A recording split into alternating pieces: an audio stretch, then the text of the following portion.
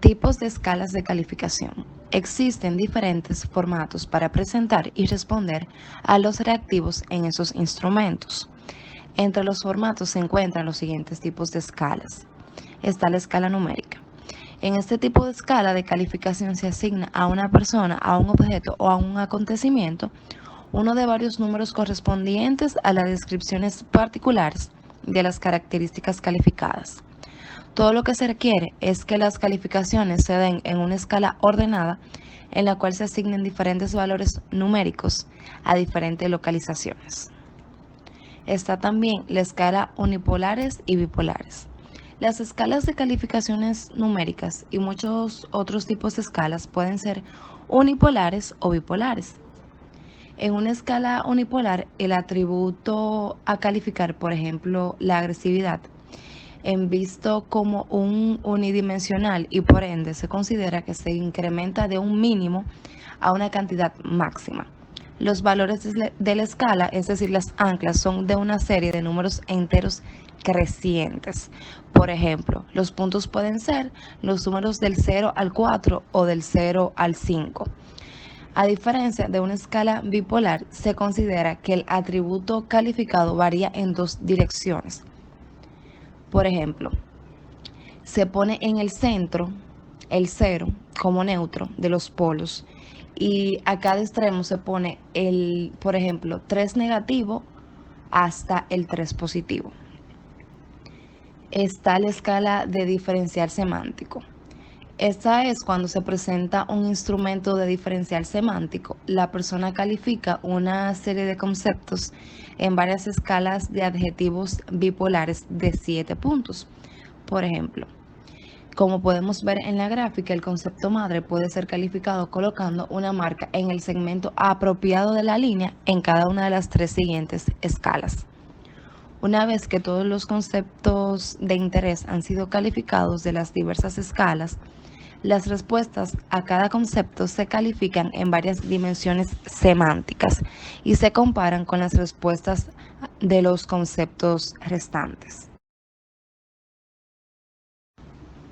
Escala de calificación gráfica es una de las escalas de calificación populares dada a su simpleza de realización.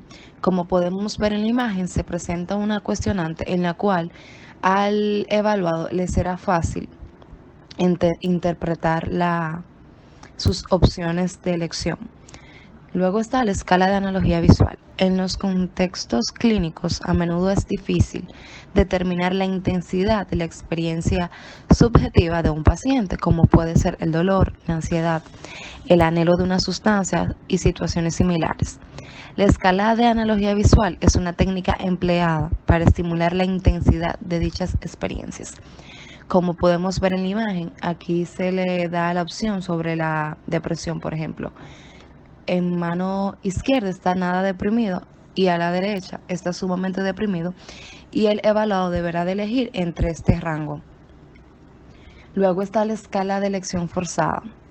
Se presenta al calificador 2 o más descripciones y se le pide indicar cuál caracteriza mejor a la persona calificada.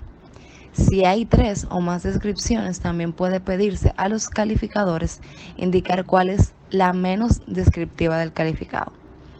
Entonces, un ejemplo de esto es la que tenemos en pantalla, donde se le pone un caso hipotético de elección forzada de 4 afirmaciones para calificar el liderazgo. Escalas con respaldo conductual. Estas representan un intento por lograr que la terminología de las escalas de calificación sea más descriptiva de la conducta real y por ende más objetiva. Como es comprensible, términos como ansiedad, autoconfianza, agresividad y otros sustantivos y adjetivos usados en las escalas de calificación tradicionales, orientadas a los rasgos, pueden ser interpretados de manera diferente por calificadores distintos. Esto es cierto y en particular cuando los calificadores reciben poca o ninguna capacitación sobre cómo interpretar los términos indicados. La elaboración de una escala de calificación con respaldo conductual comienza por convocar un grupo de individuos que poseen conocimientos expertos sobre un trabajo o situación en particular. Un ejemplo de una escala conductual son las matrices para evaluar el desempeño. Al momento de asignar calificaciones puede cometerse una variedad de errores, entre los cuales se encuentran los errores constantes que ocurren cuando las calificaciones asignadas en la categoría promedio son más altas, comúnmente conocido como error de generosidad o de indulgencia, o más bajas, conocidas como error de severidad. Otro tipo de error de calificación es el efecto halo, que ocurre cuando los calificadores muestran la tendencia a responder con base a una impresión general del calificado o a generalizar en exceso, dando calificaciones favorables a todos los rasgos solo porque el calificado sobresale en uno o en dos de estos.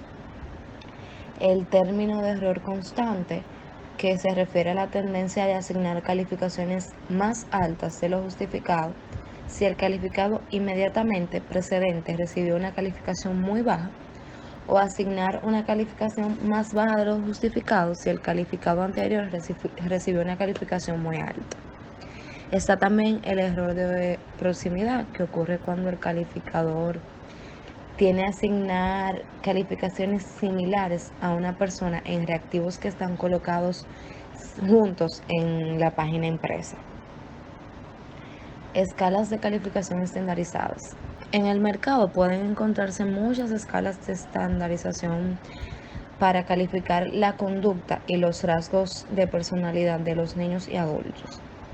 Las escalas para calificar el estado de desarrollo y las conductas de los niños con retraso mental, discapacidad de aprendizaje, perturbación emocional e impedimentos físicos son muy populares. También son de gran uso las escalas para calificar la ansiedad, la depresión, la hostilidad y otros síntomas clínicos.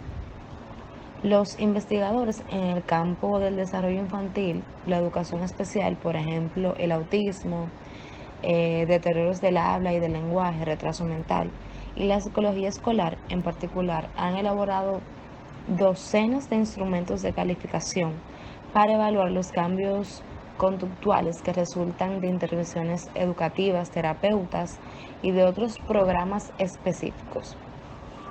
Muchos de esos instrumentos están orientados hacia la evaluación conductual, mientras que otros tienen una orientación rasgo-factor, y algunos más fueron desarrollados en un contexto psicodinámico, psiquiátrico y por ende contienen terminología asociada. También se utiliza mucho la disposición de computadoras para muchas escalas de calificación y listas de verificación distribuidas de manera comercial. Además, cuando se usan directrices éticas establecidas, las computadoras son confiables, más económicas y accesibles y permiten un uso eficiente del tiempo en la evaluación de los síntomas psiquiátricos.